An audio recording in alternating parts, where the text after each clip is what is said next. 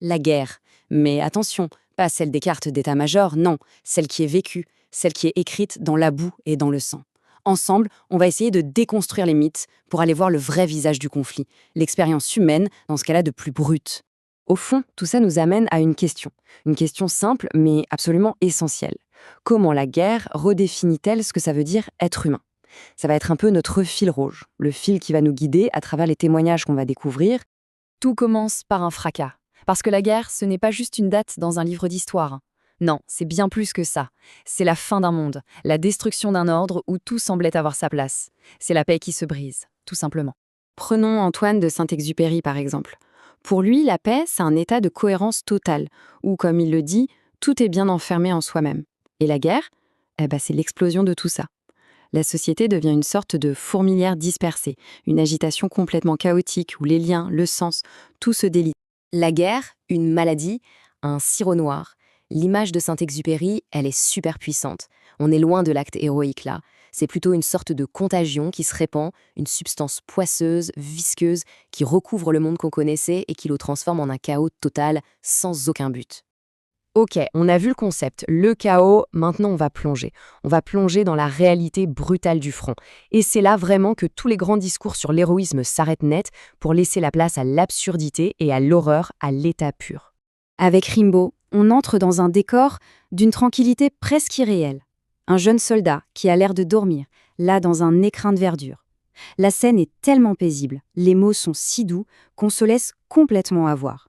On en oublierait presque la guerre. Et puis, bam, le choc, la chute. Il a deux trous rouges au côté droit. En une seule phrase, le poème bascule du rêve au cauchemar.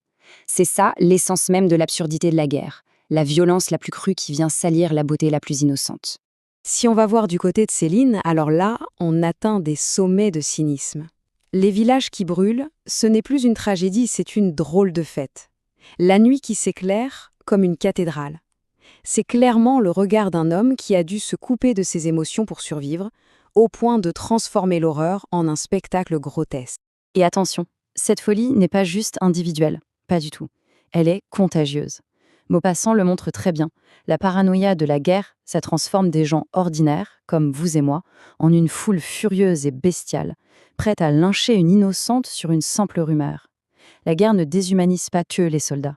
Elle empoisonne la société entière. Et c'est là vraiment que notre réflexion prend un tournant décisif. Parce qu'au milieu de toute cette absurdité, de cette folie, il y a un éclair de lucidité, un truc terrible. Et si l'ennemi, au fond, c'était juste un homme, comme les autres? Pour comprendre ça, il faut suivre le parcours de ce soldat, dans le chef-d'œuvre de Remarque. C'est incroyable. Au début, il tue l'ennemi. C'est un réflexe, une question de survie, point. Mais après, il y a l'attente. Il reste là, près du corps. Et il découvre des photos. Une femme, un enfant. Et d'un coup, l'ennemi abstrait redevient un homme, un père, un mari. Et la reine s'écroule pour laisser place à ce besoin déchirant de dire « Pardonne-moi, camarade ». C'est ça, la vérité. La vérité que toutes les propagandes du monde essayent de nous faire oublier. Au-delà des uniformes, au-delà des drapeaux, nous avons tous la même peur de la mort. C'est une humanité commune qu'on ne peut pas effacer. Et quand cette vérité éclate, eh bien, toute la logique de la guerre s'effondre. Et maintenant, on change d'époque. On entre dans l'ère moderne, dans l'ombre de la bombe. Là, la nature même de la destruction, elle a changé. L'échelle est devenue planétaire et la vitesse instantanée. La guerre est entrée dans une autre dimension, une dimension apocalyptique. Regardez cette chronologie. Elle fait froid dans le dos. 8h14, une ville se réveille, les gens vont au travail. 8h15, un éclair de 1000 feux. 8h16, plus rien. Le silence, des ruines, des ombres. En à peine 2 minutes, une routine matinale a basculé dans la fin du monde. Il n'y a plus de soldats, plus de front, juste une annihilation, totale et instantanée. Là, on atteint le sommet de la déshumanisation. Les victimes ne sont même plus des corps, ce sont des ombres, littéralement gravées sur les murs par la chaleur de l'explosion. Une existence humaine, avec tout ce que ça comporte, d'amour, d'espoir, effacée en une fraction de seconde, réduite à une simple trace fantomatique.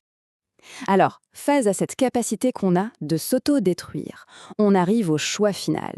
Et là, c'est la littérature, la philosophie, qui nous mettent face aux questions, les questions ultimes que la guerre moderne pose à l'humanité tout entière. Jean Guéhenno, lui, il n'y va pas par quatre chemins. Il déchire complètement le voile de la gloire et du sacrifice. Et il pose la question qui dérange. Ces millions de morts, est-ce qu'au final, ce n'est pas juste une bêtise inutile et démesurée, peut-être même la plus grande absurdité de toute l'histoire humaine? Et le soldat, dans tout ça, qu'est-ce qu'il est? Un héros? Une victime? Ou bien simplement un esclave en uniforme, un pion dans un jeu macabre qui le dépasse complètement? La question de la responsabilité de chacun face à l'ordre de tuer, c'est un véritable abîme.